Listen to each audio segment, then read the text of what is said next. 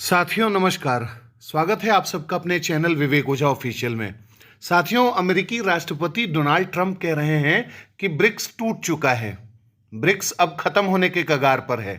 उन्होंने कहा कि उन्होंने जब से ब्रिक्स देशों पर 150% टैरिफ लगाने की बात कही है, तब से ब्रिक्स बिखर सा गया है। ब्रिक्स के जो अलग अलग देश हैं वो टैरिफ से डर रहे हैं। चीन हो, भारत हो, ब्राज़ील हो, साउथ अफ्रीका हो, जो भी इसमें देश हैं वो सब अब ट्रंप की नीतियों से परेशान हैं और उनको सूझ नहीं रहा है कि वो इन सब चीज़ों से कैसे निपटेंगे। तो इसलिए ब्रिक्स अब एक बहुत मजबूत संस्था के रूप में नहीं रह पाएगा, ऐसा ट्रंप का दावा है।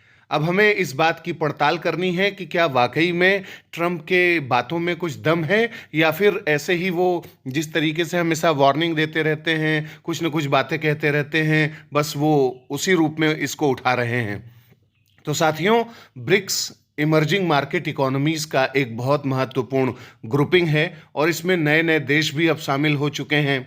इजिप्ट भी शामिल हो चुका है।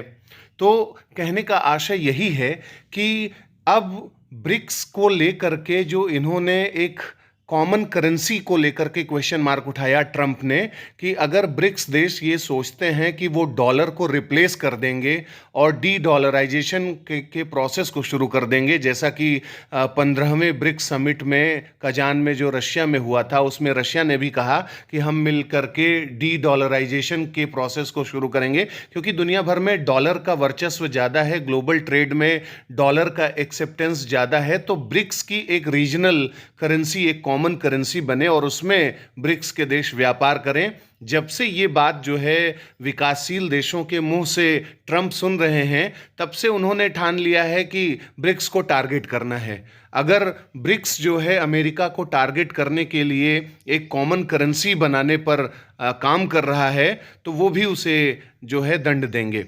तो इसलिए ये एक बहुत इनके बीच में, यानी ब्रिक्स और ट्रंप के बीच में कॉमन करेंसी वाला जो मुद्दा है, इस पर विवाद बढ़ गया है। और जो कॉमन करेंसी है, अभी कई ऐसी कॉमन मतलब करेंसीज हैं जिसको लेकर के व्यापार शुरू भी हो गया है। जैसे चीन जो है अपना रेनमिनबी का व्यापार, रेनमिनबी करेंसी में वो कई देशों के साथ वो करना शुरू कर चुका है, जैसे अफ्रीका के देशों के साथ, यूएई के साथ।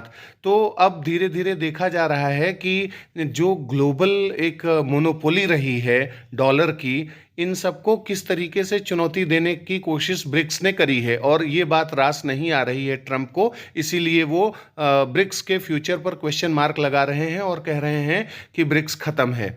लेकिन ब्रिक्स ख़त्म नहीं है।